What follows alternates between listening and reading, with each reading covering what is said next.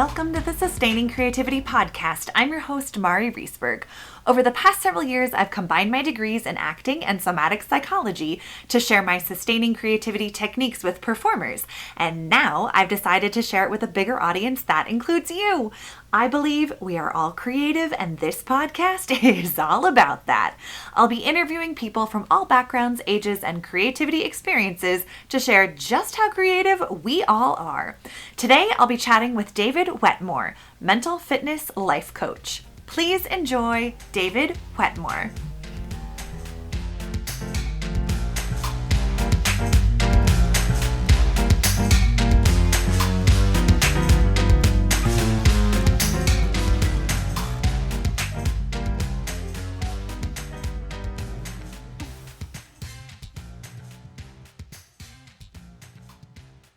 Welcome to the Sustaining Creativity Podcast. I'm super excited today to chat with David Wetmore. Welcome to the podcast.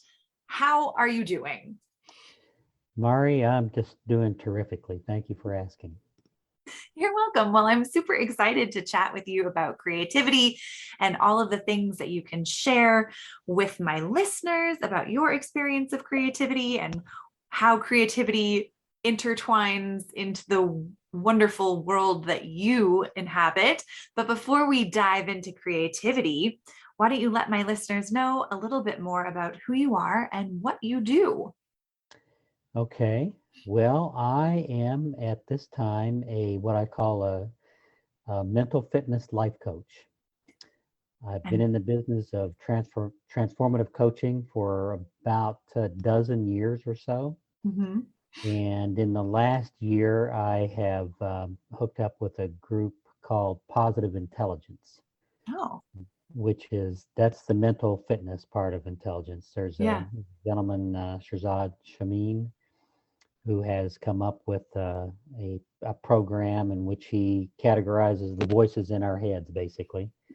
And he's narrowed that down to 9 specific voices that some of those speak to us louder than others. And depending on who you are, depends on which the loudest voice is. Nice. So that's what I do now. Prior to my life coaching, I was in air pollution engineering for Oh, wow. about 30 plus years, actually. Mm-hmm. And the last 10 of that, I had my own company. And I was also doing a lot of volunteer work with a personal growth and development organization called Life Success Seminars. Nice. And the more of that work that I did, the more I liked it. Mm-hmm. And I wasn't getting any younger. The environmental work was sometimes very physically demanding, Mm-hmm. out in the elements, no matter, just like the postal service. Yes. Nothing could stop us. And I used to say epiphanies take time, and then I had one, and no, they don't really. And the epiphany was that I should sell that company and do what I wanted to do what I love to do, and that was get into personal growth and development. So I did all that, and that all happened between 2008 and 2010. And then I went to a couple of pretty high-powered coaching programs during that little period of time. And since then, I've been coaching and doing seminars and workshops and one-to-one coaching, group coaching, Nice. team coaching, you name it. That's wonderful. I can only imagine how much creativity has gone into all of the things that you've done, but working in air pollution and that sounds like there's probably a lot of creativity that shows up there. Oh, yes, absolutely. I mean, because a lot of times we were working with processes that uh, nobody knew really how to do that- everybody knew what the results that they wanted and knew Right. but nobody knew how to get there Yeah. sometimes. So that was one of the most creative um, enterprises I've ever been involved with, as far as almost every single project had its own challenges, Yeah. and that was what kept me going. But yeah, the amount of creativity that you were flexing every day, and then to step into a whole different industry in life coaching and personal growth, but I imagine holds the same amount of creative flexing. It does.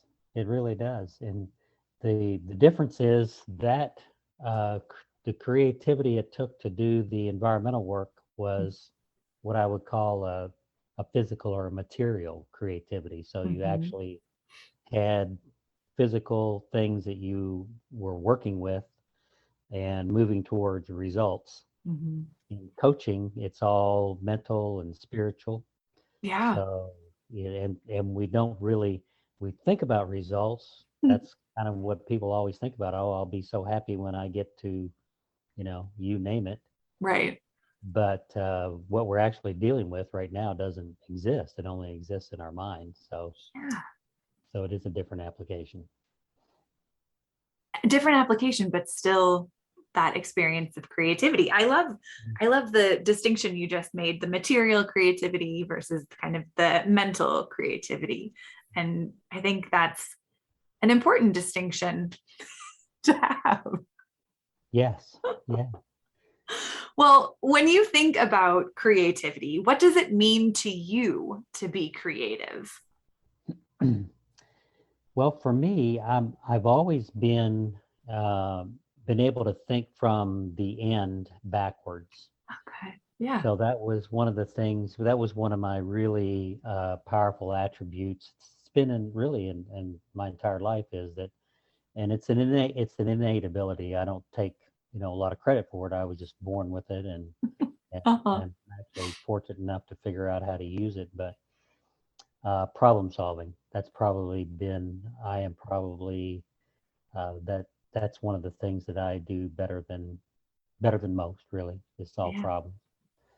Um, so I have, for some reason, I'm kind of blessed, if you will. I don't know if that's the right word, but Mhm. I have this big picture ability, so I Yeah. can see where I need to be, or where we need to be, or where the end needs to be actually the end, and then Hmm. I'm able to go back and kind of piece it together to where we are now, and then go through and make those components mesh and in order to get there. Nice.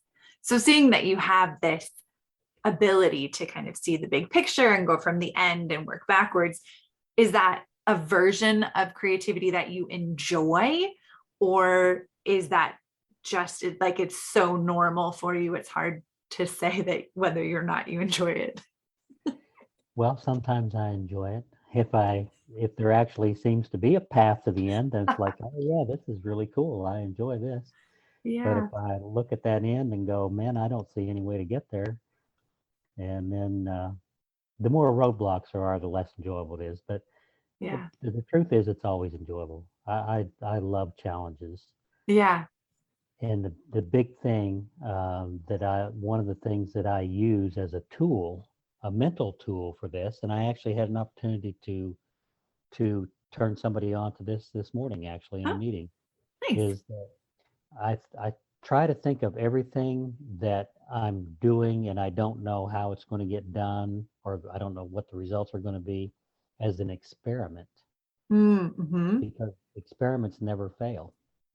That's the nature of an experiment, is to see, will Yeah. this work or won't it work? Yeah. So as long as we can look at life and challenges as experiments, then it keeps us from, out of depression at the worst end, and somewhat less than depressing, as in a lighter shade of depression, shall we Sure. say. I mean, talking about roadblocks and, when you think of challenges or creative challenges, how do you face those roadblocks or creative challenges? With eyes wide open and mind wide open, basically. What is that? What does mind wide open and eyes wide open mean? It means not knowing what I don't know, and Mm. being comfortable not knowing what I don't know. Um, Hmm. some people get really upset and distraught because they don't know. And that's a problem. It's a problem that they don't know. So they're really, they don't even know what they're upset about, really, because they don't know what's going to happen. Right. So I always like to work that I'm always happy, really secure, not knowing what I don't know. The storm Mm. coming in is a big deal, for a lot of people.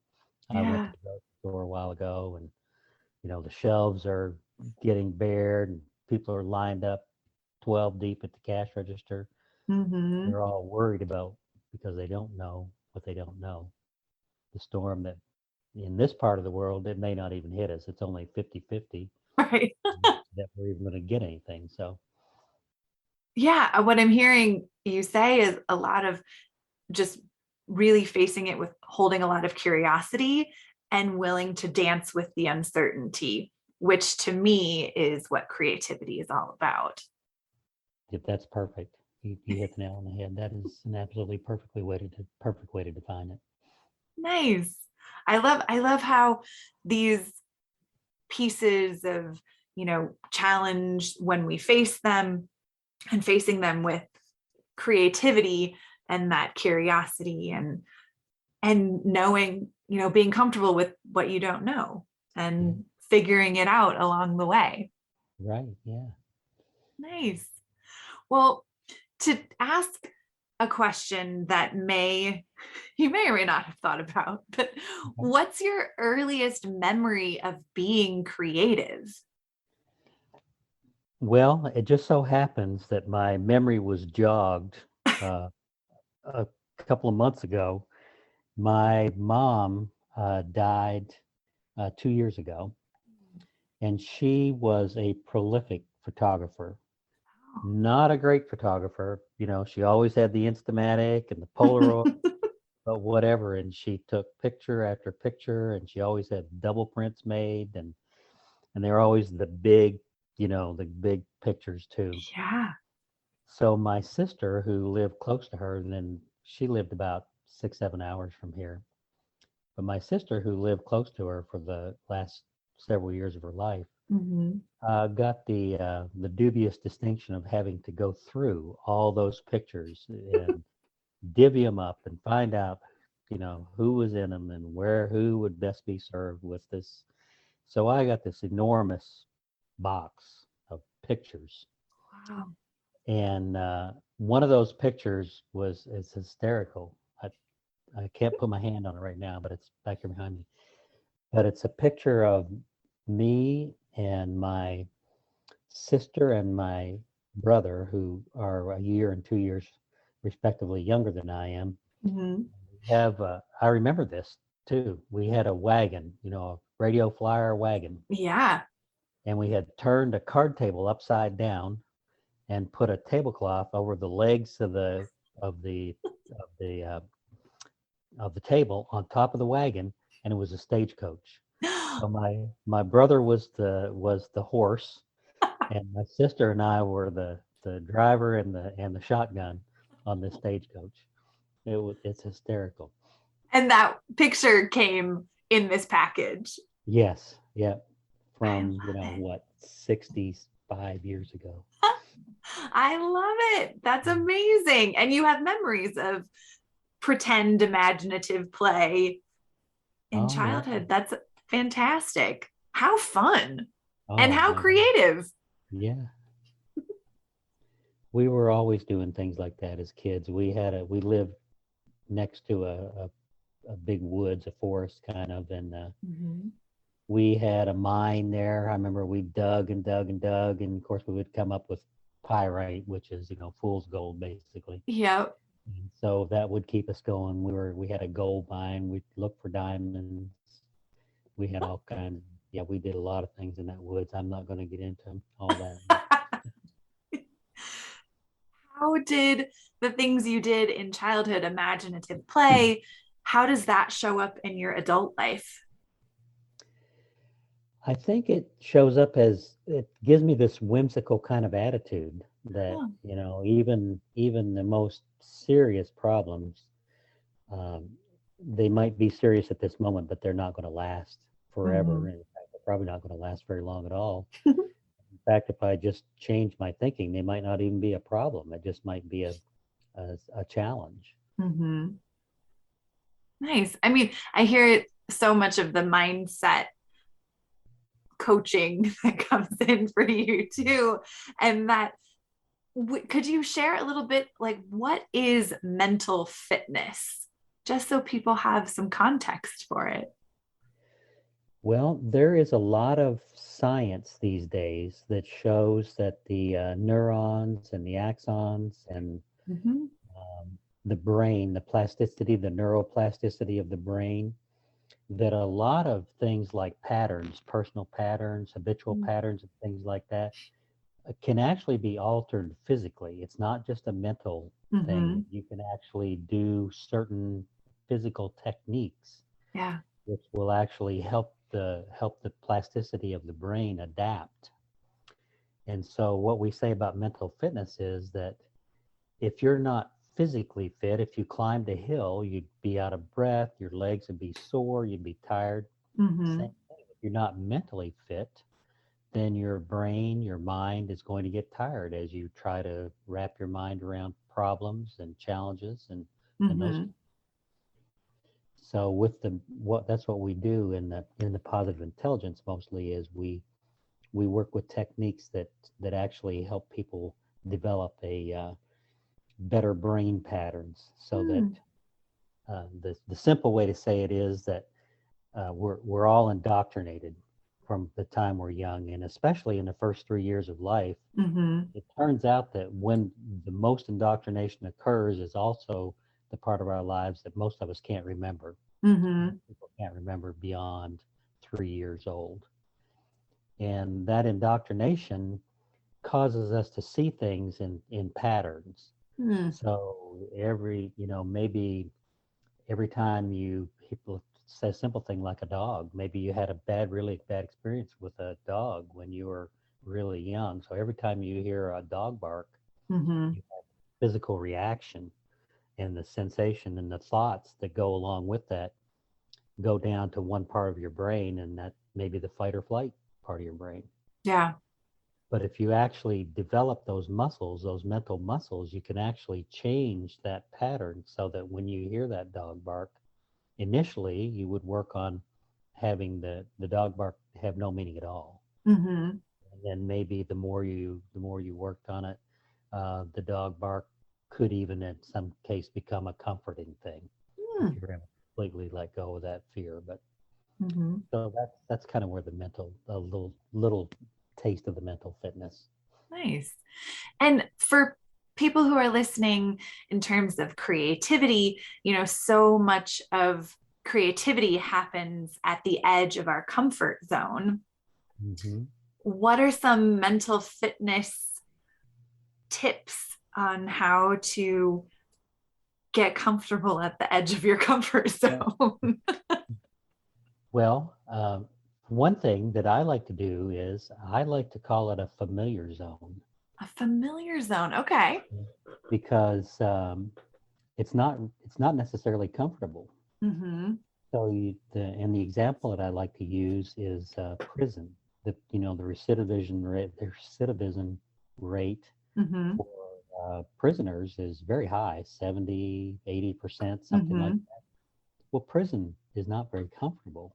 So Mm-hmm. it becomes very familiar. And so when people have been incarcerated for a long time and they get out, they can't deal with it. Mm-hmm. So even though we might speculate that it's more comfortable outside of prison, for them it's more familiar. The prison, there's actually more comfort provided there. That's why I like to call it's a familiar zone. Okay. And the same thing with our thinking. If we look at it as when we get to the edge of our comfort zone, if we look at that as being problematic, if Mm-hmm. that start causing anxiety because all of a sudden we're operating in a space that maybe we're not accustomed to operating in, Mm-hmm. doesn't necessarily have to be bad. And that's what the working with the neuroplasticity of the brain does, is that just because it's always seemed to be bad for a particular type of event doesn't mean that it always has to be that way, that you can Mm-hmm. actually recreate those experiences where they are just familiar and not uncomfortable. They're Mm-hmm. unfamiliar, not uncomfortable. Nice. Okay. Yeah. What are some of the ways that you get more familiar with the your familiar zone or The familiar zone. yeah. Well, it's what within positive intelligence, we say that there are 9 saboteurs. Oh. And these 9 saboteurs are the voices in our head. Mm-hmm. So a lot of people have the hyperachiever Mm. saboteur, which says that everything has to be perfect. That's Uh, like the perfectionist. yes, the Yeah. perfectionist, exactly. And when it's not perfect, then I start getting anxious. Mm-hmm. And of course, when we're anxious, guess what? Our sage perspective, our calm, our cool perspective is muted. Mm-hmm. So what I like to do is I like to have, there's techniques, we call them, basically they're pattern interrupts. You've probably heard of pattern interrupts. Yeah. So when I get to that place where all of a sudden I'm getting a little bit anxious about something, maybe something didn't work out the way I thought that it should have, or the way I would like it to work out, then I'll do a pattern interrupt, which might be close my eyes and rub a couple of fingers together and just really concentrate on my fingers for about 10 seconds. Mm-hmm. And what that does is, then that lets that hold go on my brain. Mm-hmm. All of a sudden, I've I've released the negative thoughts that I had with whatever it was that I was working on, and now I've kind of come at it with a little bit of a fresh approach, shall we say. Mm. Nice. Very much coming into that present moment experience to let go of the ruminating or the tape that Exactly, you're right. The yeah tape, the tape that over tape, and over the again. cycle. Yeah, Yeah, I'm familiar with those tapes. yeah, I think we all are. Yeah. I love how it really does, work into the world of creativity, of how present moment focus creativity happens in the present moment. When we're in the present moment, we're not worrying about what's happening next or what just happened. And these reminders, these tips are great to support people who want to be in more creativity more often, how to get yeah, there. yeah, Nice. yeah. Well said. Well, when you think of everyday challenges that you have, what are some that you've experienced that you've had to use creativity to solve? Oh my goodness. Well,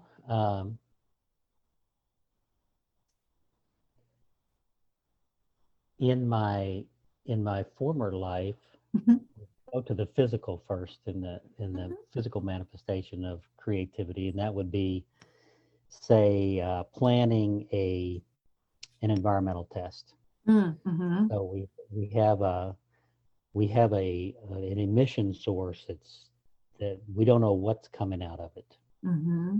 but we can kind of get a sense that it's not some particular pollutants because we don't smell them or we can't see them. And so a creative approach to that would be to figure out some of the most common pollutants that we might look for, Mm-hmm. and just in the simplest kind of way, check for those and Mm-hmm. either eliminate or realize that they are there. And then once we figure out that maybe this pollutant is there, this pollutant that we thought might be there, then we can devise a more comprehensive plan to actually measure how much of that pollutant is there. That's a physical way. In a mental coaching concept, it might be something like, well, I was meeting with a man this morning, and he has a web development company, Mm-hmm. and he's struggling with ways to get um, customers more work. Mm-hmm. So we talked about a newsletter, and I asked Mm-hmm. him if he ever did newsletter, Mm-hmm. and he said that he did a blog, but he wouldn't really call it a newsletter. So I'm like, well, do you think that there could be value in a newsletter? Are some of Mm-hmm. your clients maybe of the things that you could be offering your clients that might at this moment might not make them uh, feel like they needed to do more business with you, but down the road, having your eye in front of people and being top of mind when those issues came up, they would know because here they are, they're getting your newsletter, and he had never thought of that. He never his thoughts about the newsletter were read the newsletter and then call me for more work. Not that, Mm-hmm. not that this newsletter, not seeing that this newsletter is really a seed. Yeah. It's just a seed, and the flower itself hasn't germinated yet, and he just needs to keep planting seeds and watering seeds Right. rather than plant the seeds and think that the fully mature plant is going to show up Right. next week or next month or whatever. Nice. Those are great kind of creative ways to solve everyday problems. Just think of bringing in new things and trying them out. Yeah. Well, we like to say too, a lot of my coach friends, um, what we like to say is that one of the values of coaching is it's oftentimes better that we don't know anything about what our client's business is. Really don't know. In this case, like I'm really not. I know a little bit about web design, but not much. I wouldn't even begin to start designing my own website. But what that does is that allows me to ask the off question, the stupid question, coming from a point of not knowing, Sure. because when we get caught up knowing what we know, it's Yeah. hard for somebody else to come in and show us something because if we already think we know. So as a Absolutely. coach, I can ask those stupid questions that then will really it causes a pattern interrupt is what it does. Mm-hmm. So here's my web developer guy, and he's got this all laid out in his mind. He knows exactly from A to Z how to design a website and so on and so forth. And I throw some stupid question at him that really takes him completely out of that zone, and then he has to think outside the box. It's like, well, Yeah. I hadn't thought about that, but you're right. Maybe there is another way. Yeah. That's a great way to spark more creativity and a great, might not be a stupid question, but like the world's worst idea. What is Yeah, that? yeah, that's right. Oh, well, this has been such a treat chatting with you. I just have one last question, and Okay. that is what does it feel like in your body to be creative? Uh, Time stands still. Hmm. Um, you know, it really, when I'm at my most creative, I am really in the now. Mm-hmm. I don't have, as soon as I start feeling anxious or depressed or anything other than being in that creative space, the creativity goes away. Mm-hmm. So I would say that I love it. I mean, that is, if I could pick one place to be all the time, it would be solving problems. Yeah, I love it. That flow. That's what I'm hearing you talk Yeah. about. Yeah. Yes. And the other thing that I like to add on to that is that really when we're in that flow, the best way to be is to detach from any outcomes. So Mm-hmm. when we start in, consider it's an experiment, and then detach from any outcomes. So don't think that it has to end up the way that I think that it should or the way that the most desirable, but just allow it to flow and allow all that to come along as it will in the now. Yeah. It's about the process, not the destination. That's right. Yes. Yeah. Yeah. Well, So I could just wonderful. Well, if people want to learn more about the things that you do, or if you have programs that are coming up, where could they go to find more information? Well, my website is, and this is a mouthful, it's intentional excellence LLC.com. I will put that in the show notes so Okay. people can easily access it.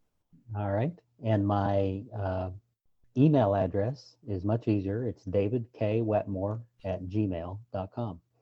Great. And people can reach out if they have questions and find you on LinkedIn or other social media.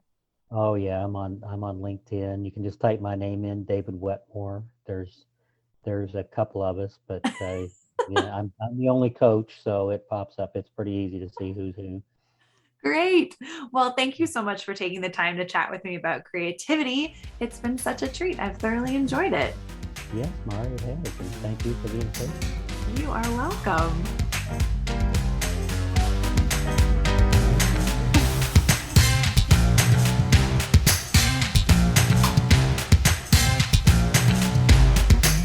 Thanks for listening to the Sustaining Creativity Podcast. We'd love to keep in touch, so follow us on Facebook and Instagram. We are at Sustaining Creativity.